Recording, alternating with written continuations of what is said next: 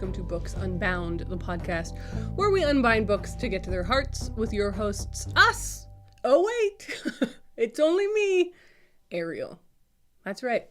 For the first time ever in Books Unbound history, I am doing a solo episode. And why is that, you may ask? Well, as you guys would have seen it wasn't the last episode, it was the one before that. Raeleen is in the middle of a giant move. I have good news. It's gone well. She has moved. She is safe at home. The cats are doing well. Everything is going great. But, we knew that she should take a few weeks off because doing a big move is always a lot of work. And so we pre-recorded one episode that came out last week. And I've just volunteered. I was like, you know what? I will do an episode by myself so that you can take a week off, but we still have the podcast going on. So here I am doing my own little podcast episode. And it feels a little funny to just be talking to you. I feel like usually I know, I'm usually not looking at the camera when I record these podcasts. I'm usually looking at Raeleen over here on my screen. So it feels very intimate today because I'm looking right at you if you're looking at the video version. If you're listening to the audio version, no problem. It's a podcast. That's what it's meant for. So I thought today I would do a little variety show. I'm just going to sprinkle in a bunch of elements and we'll see where we get to. I'm going to do one review, one piece of news, one book tag, and one gift guide. I think this will be a lot of fun, so let's jump in. Actually, I have one announcement as well, and that is that we have just launched some new merch, which is so exciting. We have been working on this stuff for eons. The mug, which I'm so excited about, we've actually been working on for, I think, over a year. It's definitely been at least a year, but I think it's been over a year, and we just had so many difficulties with it. But we are so pleased. We are so pleased with how the mug has come out. So we have this new glass mug for my audio listeners. Yep, that's glass. We have this gorgeous glass mug that has some book illustrations around it, which I illustrated and, colored and everything. But we also have washi tape. Okay, ready for my audio listeners? Oh, okay. I slipped. Ready? Oh, that was a good sound. That's it. Well, that was perfect. So we have these new washi tapes and they're all in these really dark muted colors, which I think are really cool. And they are all available now. We're also putting everything else on our shop on sale. Our toques and our baseball caps and our pins are on sale. So if you're like, I'm going to get one of the new mugs and I've always wanted a hat, well, the hats are now on sale. And the final bit of merchy news is that we have our bookmark subscription back up and available. So if you want to subscribe to that to get like bookmarks and stickers in the mail next year, it's your time. It's your time to sign up. So link to the shop down below. Okay, we started with one announcement. Let's now do one book review. I have read a couple of really great books in the last few weeks, which has been really fun and exciting. I got really sick and I just was down and out for basically a week. Like this cold really knocked me out. But one of the things that I did and prioritized while I was sick was finishing the audiobook for Jane Austen at Home by Lucy Worsley. So this has been reissued in celebration of Jane Austen's, is it her 200th birthday or her 200th? Yeah, I think it is. 200th anniversary. But there's some other reason it was reissued. Anyhow, it was reissued. They've got a new version of the book with a really beautiful cover, but they've also reissued the audiobook.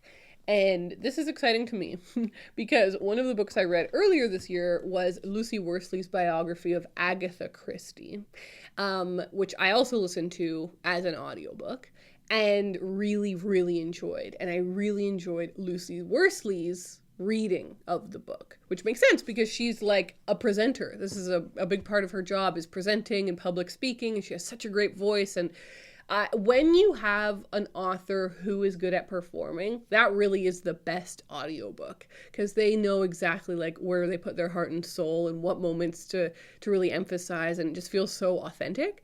And so I loved the Agatha Christie one, and I was like, great, I'm going to listen to the Jane Austen one by Lucy Worsley. I start listening to it, and it's a different narrator. And I was devastated because I'd just really gotten used to Lucy Worsley's voice and intonation and her really beautiful British accent. And I was like, well, that's life. Maybe there's an alternative version. Like sometimes there's multiple audiobooks for something. And I looked it up, and lo and behold, lucky old me, I got very lucky because they had reissued this book, and she redid the audiobook. So she did the audiobook, and that's how I listened to it. So on the note of the audiobook, I loved it. I think Lucy Worsley did a fantastic job, was very passionate, was very humorous, was very lighthearted when she needed to be, but was very emotional when she needed to be. I felt like I couldn't imagine a better narrator narrating this book. So I absolutely adored it. And you can tell through the writing that she just loves Jane Austen and that she loved researching this book. But you can really tell that through the audiobook because you can feel her enthusiasm and her enjoyment of this subject. So loved the audiobook. Near the end, when Jane Austen is dying, spoiler, she dies, there are some really emotional bits, and you can hear Lucy Worsley tearing up, and I lost it. I started to tear up with Lucy Worsley because, yeah, I mean, there is such a difference between reading words and having a story read to you. It's similar to like how a lot of people don't cry when they read books, but they do cry when they watch emotional movies. I think there's just more elements going on to tap into your emotions. And so hearing Lucy Worsley tear up, and also like, I'd literally spent 13 hours with Lucy Worsley and with Jane Austen on this adventure of her life. And then she starts tearing up, and I started tearing up, and it was just a great audiobook. So super recommend the audiobook. But as for the book itself, I loved it. This is one of my new favorite books. I knew that it would be, and I was sort of mashed potatoing this book for myself. I was really feeling like, oh God, I know I'm going to love that. So I kept putting it off, which is so silly, but that's what a mashed potato book is. It's silly. It's silly that we put off these books we're looking forward to. But this was a book that I really hoped I would enjoy. I really had a good feeling about, and I really did love it. The way that it's formatted I think is really, really beneficial for Lucy Worsley and for this biography, because it's not just called Jane Austen, a biography. It's called Jane Austen at Home, a biography. And you have this real emphasis on home. There are lots of biographies of Jane Austen. One of the most popular and like well acclaimed is by Claire Tomalin, which I now really want to read. But there's a lot of them. There's a lot of Jane Austen biographies out there. So there kind of doesn't need to be another one. So I think that by having this particular angle on it, by trying to focus in on this concept of home, what it would have meant to Jane Austen, what does home mean to Jane Austen, what does home mean to us now in our, like, here we are in the year 2024, thinking about our conceptions of home, how different are those from the late 1700s and the very early 1800s? And how did those homes affect Jane Austen's writing is really, really fascinating. And I personally am very invested in homes. As you might know, I'm in the middle of renovating my home, and apparently will be for the rest of my life. It's so much work. Oh my God. Anyways, I think a lot about home. And I also am a person who has moved a lot. I've lived all over the place. And like big moves as well, right? Not just around one province, but like all over Canada. And I lived in Central America for a year and a half, and I've lived in England on and off for a few years. And so this concept of home is really fascinating to me. It's something that I think about a lot. It's something that I resonate with. And so particularly the book just really tuned in to something I cared about. It was a fantastic mixture of Jane Austen, whom I love, but then also homes and the history of homes, which I love. So it was fantastic. I know Lucy Worsley has another book that is kind of on the history of homes that, God, now I really want to read as well. And so I think she was really well placed to write this book and to present this book. And I learned so much. And it's really, really interesting because I grew up watching Jane Austen period dramas. My dad loves British period dramas, so I just grew up watching them and grew up loving them. And then at a certain point, I started reading them. But I also grew up enjoying kind of the fan culture around it, with movies like Austenland or Lost in Austen. The Jane Austen Book Club is one of my all-time favorite movies. And there's a lot of movies around the Jane Austen lore, which are really interesting. So even though I was like, yeah, I've read all but one of her major novels. I haven't read Mansfield Park, which I really want to do this. I really want to read Mansfield Park after reading this book. But yeah, so like I've read most of her books. I have watched like every period drama adaptation of her novels, and I've seen these like bonus fan films. I kind of, I feel like a fan. Reading this book made me realize how little I knew about Jane Austen. Like genuinely how little. I knew that she had a brother that kind of was the main person who did the biography of her life. I knew that she had a sister that was her best friend, Cassandra. And I think I knew that because Cassandra did the only drawing of Jane Austen that exists. And so, I knew some light biographical details. I knew when she wrote, like I knew it was late 1700s, early 1800s. And I knew that her dad was a pastor. Those are like just little biographical details that don't really inform the writing. And I thought, I just really enjoyed it, you guys. I just really enjoyed really getting to know this author. I've always really liked books about writing. I really enjoy books about writing.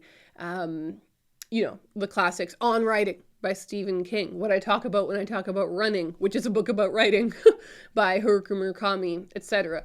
Books like that I've always really enjoyed because I love seeing the kind of the cogs of how a writer writes and how an artist makes it his or her their art, right? I really enjoy that whole process. And I think that that's why I knew I would enjoy reading biographies. This is like the first year where I've ever read full-on biographies. I've read memoirs before, but they're obviously very different. A biography is somebody writing the life of a person. And it just satisfies so many things for me to learn all these details of like, of what could have made the moments in the books happen. And I just really didn't realize, for example, how much of Jane Austen's life is echoed in her novels. I didn't realize the housing insecurity that she had. And we're talking like real housing insecurity. That when her father passed away, she was completely beholden to the charity of her brothers, who were not very giving. They were not very generous, and had to bounce from house to house to house. The houses getting worser and worser and worser. And just how, every one of her books really is about a woman needing to get married, and how that marriage isn't only going to affect her, it's going to affect her finances, her family, her sisters, her, there's this sense that like you could save us all if you make a prudent marriage. I didn't realize how much that was a theme in Jane Austen's own life. And just, yeah, God, it really puts your life into perspective. It really puts your life into perspective. When you think about the way that people in this period lived, or in any period before like our modern conveniences, how much of their time was taken up by very menial tasks. And a lot of these things ring true still for parts of our world. Of course they do. So I'm really thinking of a Western perspective here, but the amount of time taken for Jane Austen to make a cup of tea, which was literally getting water from outside, hauling it inside, and then starting a fire so that you can boil that water, and then do this entire process. Like and like how valuable these things are. They just didn't have many possessions, right? And so the idea that like she was put in charge of tea in their household, and she would literally lock up the tea because it was so valuable. Like, and there was a part that's talked about how they, as like Christmas presents and bonuses, would give their servants tea because it was so valuable. And I just go to the grocery store and I buy a bag of 100 tea bags and I don't think about it. And I get water from the tap. I put it in a kettle. It is boiled in 3 minutes, less probably. And then I've got tea. It's like, these moments really we do take for granted. And sometimes I think it really is helpful to sink yourself into the context of history and realize how lucky we are. So many of the injuries and the deaths that go on in this book, because they just were what happened, are so completely not a thing that happens anymore. This is fascinating. So learning about history is always fascinating. Learning about an author that I love was fascinating. And I loved the framing network of just going through every house that she lived in and following along and learning about how those houses affected her writing and how those houses affected her life. I loved it. And when I was like nearing the end, I kept saying to my partner, I was like, Connor, I don't want her to die. I didn't want her to die because I knew that she'd worked so hard for so long to get her books finally published, and she would only get to enjoy a couple years of them being out in the world. And I was like, she deserves for them to be out there more. And if she was a man at the time, she would have been so much more proficient. But because she had to be a woman, because she was a woman and she had to like have all of these housely duties and these expectations put on her, she basically had to hide her writing her entire life. It's heartbreaking. It's fascinating. I loved it. I didn't expect to talk so much about it, but I really had a lot to say. I loved that book, and I'm so glad that I read it. All right, moving on to our one piece of news. So our one piece of news, I'm sure you have heard, but maybe you haven't. If you haven't heard, here's the news. We have our next John Green novel on the horizon. So John Green has announced his new book, Everything is Tuberculosis, The History and Persistence of Our Deadliest Infection. It's coming out on March 18th, 2025. And it already has a beautiful cover that has been designed by Grace Hahn, who also did the cover for the Anthropocene Reviewed, which I think is really nice. I personally love it when authors have their books match. And obviously, John Green, his last two books have been nonfiction, which is very different from the book history that he blew up as. He blew up as a young adult author, and his young adult books don't match. I know that some have been reissued with kind of different covers and stuff, but like they were just kind of individually published. Looking for Alaska has a very different cover from Paper Towns, has a very different cover from The Fault in Our Stars. I feel like it is possible that The Fault in Our Stars was the same cover designer. The Fault in Our Stars book, I feel like it might have the same one as Turtles All the Way Down. We got Rodrigo Corral, who illustrated that book. let's visit his website. Okay, I'm now on his website. Oh, he designed Intermezzo, the American version. Fascinating. The Fault in Our Stars, here it is. Okay, no, wait. So, Turtles all the way down, cover designer. It is Rodrigo Corral. There you go. There it is. So, in the end there, he had some of his YA books matching, but I like that now all of his nonfiction books are also matching, but not matching too much. This definitely looks very different from the first one, but it has the same font and just a similar type of vibe. I guess cover design. I could go on a real tangent about cover design. I love when a book, you can totally have it that the books are so iconic on their own that they don't need to match, but it is nice when they match. We'll find out if these are the same height. That is the common disappointment with books with covers that match / don't match, because the covers match, but then the height and dimension of the books don't match. So bizarre. So bizarre. I'm really looking forward to this book. We know that it is a look at global healthcare reform and this deadly disease, tuberculosis. So I'm very interested. I mean, so many people, people throughout history have died of tuberculosis. You hear about this all of the time. For example, George Orwell. George Orwell died of tuberculosis. So it's, I think it's something we all think about as historical.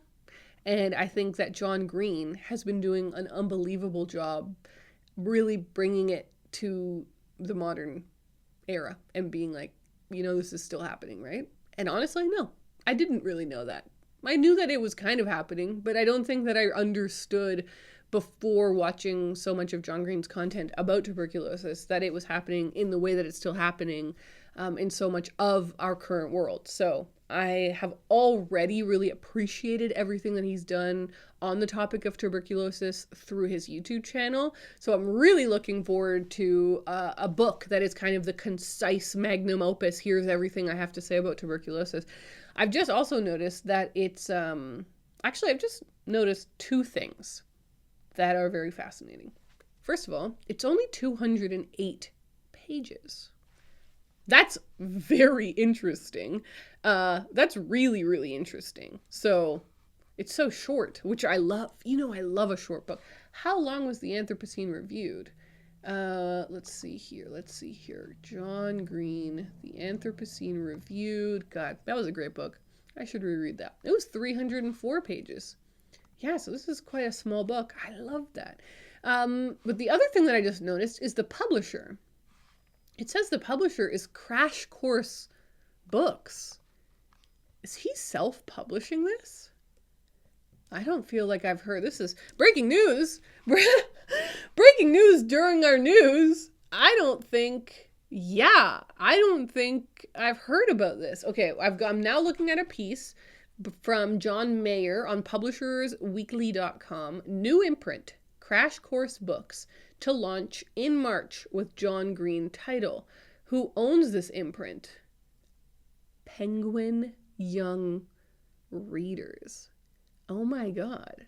So it's a Penguin imprint called Crash Course Books. So who's running this imprint? It says the imprint, per the release, is an extension of the best-selling author's hit YouTube channel of the same name, run with his brother, Crash Course, Hank, and is devoted to publishing nonfiction for students and lifelong learners. Dutton Children's Books president and publisher Julie Strauss-Gable heads up the new shingle. The two new series, Crash Course Revolutions and Crash Course Lit, will follow in fall 2025. Fascinating. Wow, this news was even juicier than I ever imagined. Wonderful. All right, it is time for one tag. I'm going to do a book tag. I was looking around and I saw this tag called the Off the Top of Your Head book tag. I will link the original creator in the description and in the show notes. Their channel name is The Library Mouse. And In the description, it says, I decided to make a tag with some questions that I would love people to answer off the top of your head. Don't think too long. Just tell us your first idea. And so you're kind of not even supposed to read the questions very much in advance. And I really didn't. I skimmed them. I don't know what's coming. And I like this idea because we can kind of speed through it and it's a little non-serious. So let's jump in. Question number 1. What was your favorite picture book as a child? Ooh, that would be Go Dog Go by P.D. Eastman. I loved that book. It was me and my dad's favorite book. We would reread it a lot. It is about a bunch of dogs who are going to a dog party in a tree. It's fantastic. I really recommend it. It's so much fun.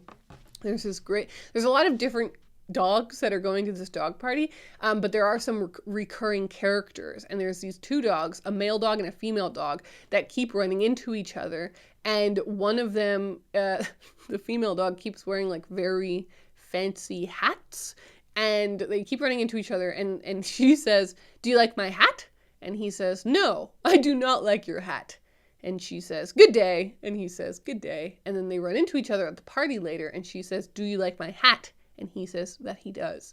It's a real arc. There's a real arc and narrative there. Pretty powerful stuff. Love the illustrations. Love the mania. That book is very, like, there's a lot of movement and the dogs are, dogs are doing a lot. Great book. All right. Number 2. What series did you love as a child? I guess it depends a little bit what we mean by child. Obviously, child is a pretty big, I feel like you're a child from birth to 12. A Series of Unfortunate Events comes to mind. I really loved that series as a child. I also, if we're talking younger, I really loved the Magic Treehouse books. And I know, like, if I were to have a kid, I would give them the Magic Treehouse books because they are so exciting. And I think I really related to the fact that it's a sibling pair. So a little girl and a little boy, and they like go to this treehouse and they have these big adventures. And obviously my best friend is my brother. And so I think I was projecting on that it was me and CJ going on these really big adventures. The one that's really burned into my head is the Titanic one, which is kind of crazy. I think it's kind of crazy that book even exists. That, like, basically it's these little kids who go into a treehouse and it's like a time machine type situation. And, like, in my memories, it's like I remember that they actually went to these places, but maybe they were just imagining it. Maybe this was just them playing, but the vibe that I got from the book series was that they were actually going to these places. That's beautiful. I wonder which one it is.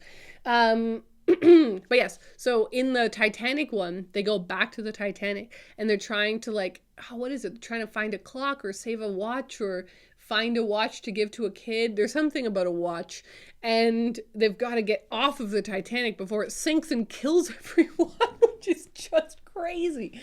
Crazy. Okay. Number 3, the worst book you have read or tried to read.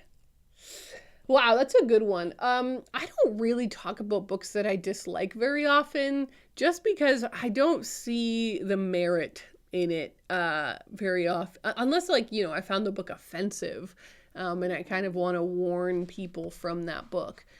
I just got a buzz on my thing and I forgot to go into Do Not Disturb. Do Not Disturb! I'm recording the podcast. Yeah, I don't really like to talk about books that I dislike, but I canonically don't like The Life of Pi by Jan Martel. I know a lot of people love that book, and it's a really big Canadian export. A lot of people love that book, and it's like one of the biggest books that's come out of Canada in the last few decades, but I just don't like that book. I just can't. It's just something I can't get behind. All right. What is the next question? Your favorite reading or book memory? That's a huge question because I feel really lucky that I just have so many.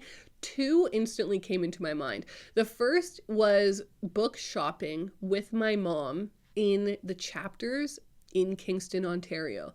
That is kind of where I became a reader. and my mom would take me to the bookshop every couple of weeks, and I would get to pick out a couple new books to buy, and it was always so exciting. And she was just, I just remember the whole thing being so, I at the time would not have used the word supportive, but now looking back, it was so supportive. Like, she was excited that I was excited, and that made me more excited, and I would show her all the books I was finding, and she would pick out books to show me, and we were both like having so much fun. Oh, that makes me emotional. That we were having so much fun finding books for me to read.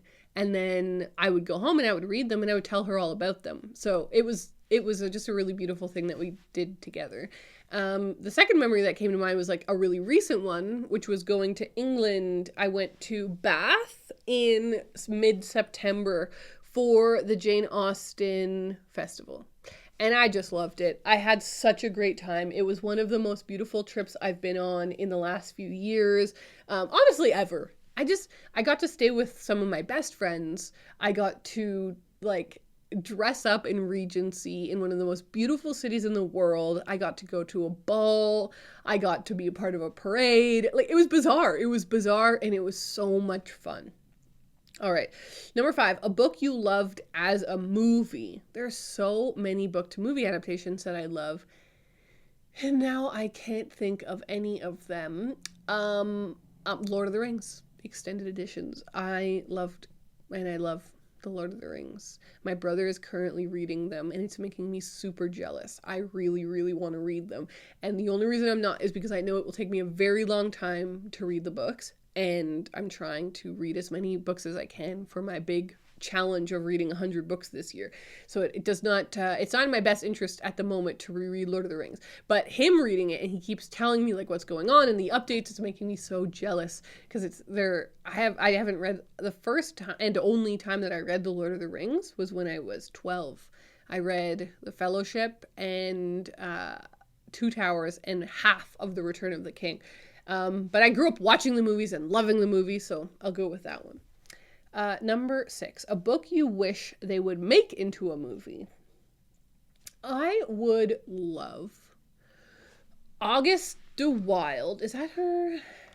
I feel like I always say her name wrong. August de Wilde is, no, Autumn de Wilde. There it is. Autumn de Wilde. August de Wilde was, it seems, a Renaissance painter. A Belgian painter. Oh, not a Renaissance painter, but a fine artist. That's funny. Autumn de Wilde did the 2020 Emma, starring Anya Taylor-Joy. I adored that movie. I think it was so beautiful. I think it was so wonderful. I think because of COVID, it did not get the release that it deserved. And I hope that it continues to grow as kind of a cult classic. But I think the soundtrack is unbelievable. The set design, the costumes, the acting, it was just really, really beautiful. And I would love for Autumn de Wilde to do a version of Mansfield Park. Because Mansfield Park is most people's least favorite Austen. It's my least favorite Austen. And there are a couple versions of Mansfield Park, but no one loves them. I've seen them, I don't love them. And I'm like, is it the story? Like, is the story just not very good? That's obviously very possible. Maybe it just can't be adapted well. But I think that it can, and I don't think that we have the version of Mansfield Park yet. Whereas like with Pride and Prejudice, we have the miniseries, we have the 2005 version, so we have these like versions that people really love and really stand behind. I don't think we have that with Mansfield Park. So I choose that. All right, back to the tag. Next question. A book character that you would like as a friend.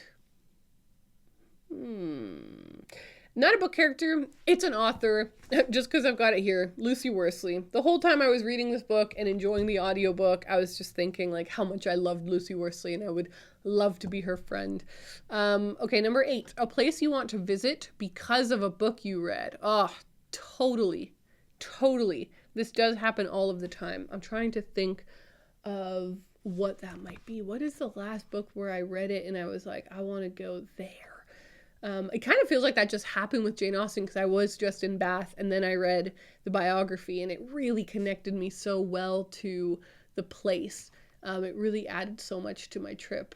Let me think. I can't think of one right now. I'm looking at the list of books that I've read this year, and I'm not. Okay, here's a funny choice. Earlier this year, I read oh God, what's it called? It's by Seth. It's a Good Life If You Don't Weaken. I read that book earlier this year, and it's set in like Southern Ontario, which I mean, there's a lot of problems with Southern Ontario, but I'm going to Southern Ontario in December to visit Connor's family, and it's just such a specific vibe. If you've been to Southern Ontario, you know what I'm talking about. It's a very specific vibe, and it kind of gives me the vibe of a dead mall. You know, like when you go to a dead mall and you're like, what happened here? It's like ghosty.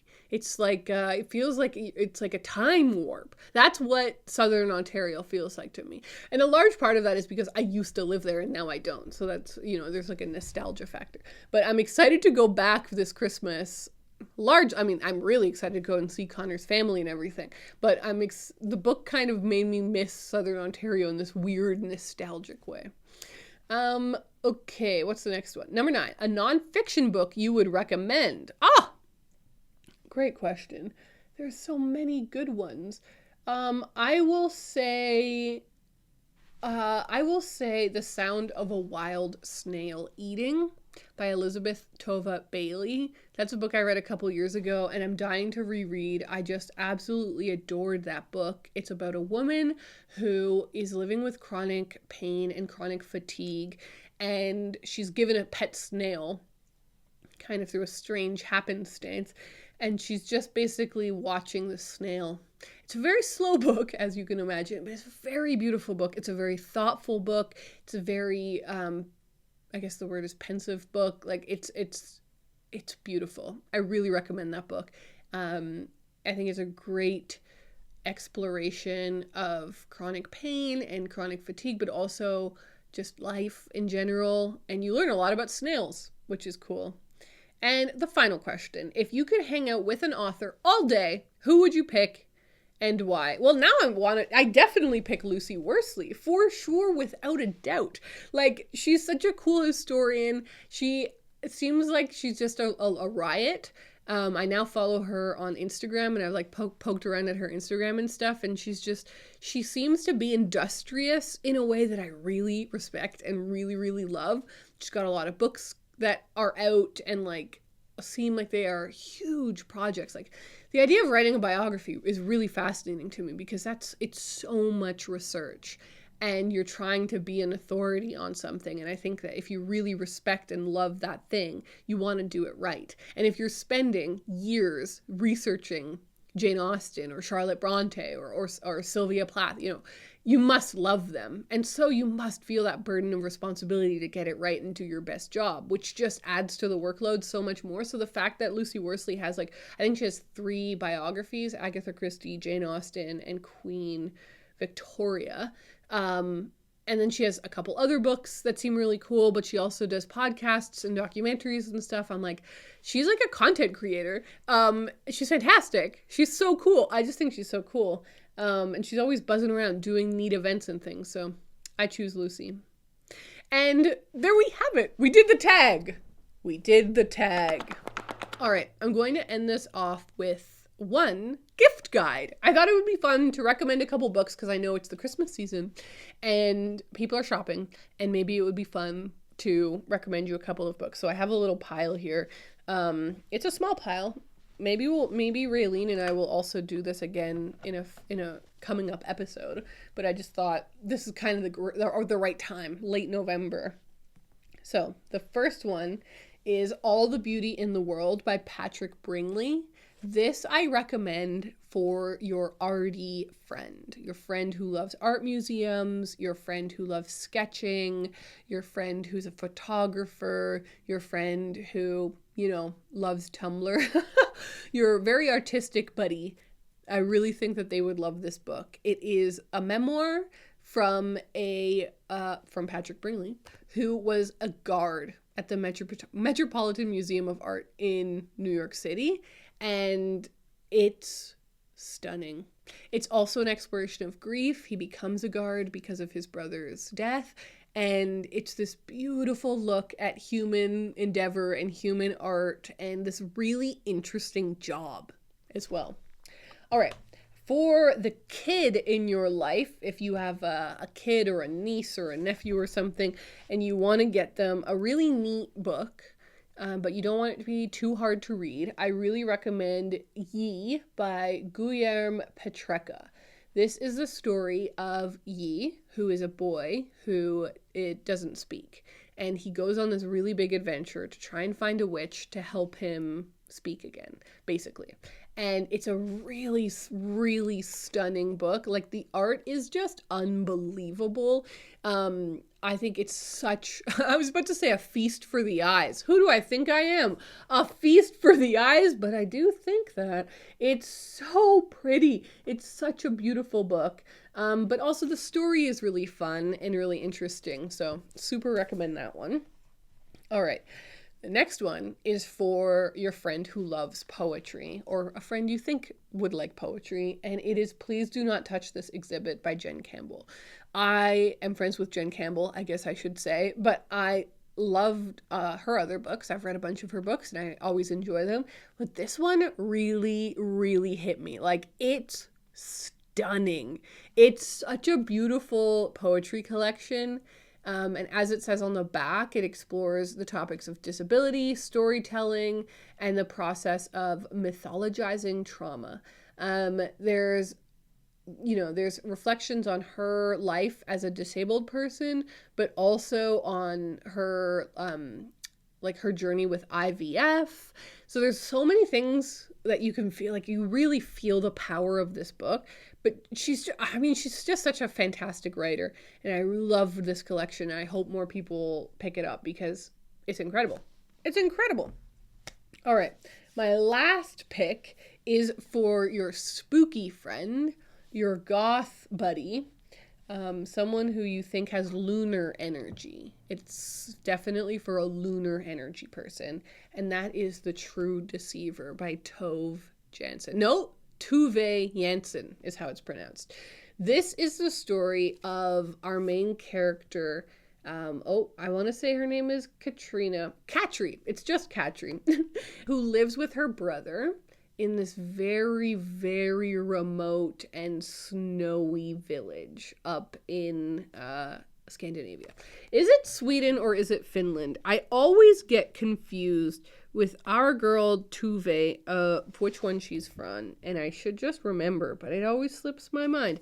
Anyways, this is the story of how she tries to move into someone else's house, basically, and it's like a story of manipulation. It's very spooky, it's very eerie, and it's very snowy. Like, the whole story feels like the very depths of winter when you're packed into your house with snow and it's hard to get around and you have to bundle up, and it's very quiet and it's very gentle, but in an unsettling way. I loved this book. I think it's really, really cool. So I recommend that one. And there we have it, everyone. We've made it to the end of my solo episode. I guess in many ways I've spoken double as much as I usually do, and I feel it. I feel like I've been talking for a long time, but I hope that I've kept you company and that you enjoyed this episode. I'm going to do another little plug for our new merch. If you are interested in a beautiful mug or maybe in some beautiful washi tapes and you want to support the podcast, you can check that out at our shop. And you can see our shop at booksunboundpodcast.com. There's a huge button for our shop. It's linked in the description and everything. I am now going to go and record the Patreon mini podcast. And you know what? I'm going to do the question vase because I think that would be fun. And I didn't prepare, but I'm going to go do it. And I'm going to answer questions that were submitted by our dear patrons. So thank you guys so much for watching, and I will see you next week.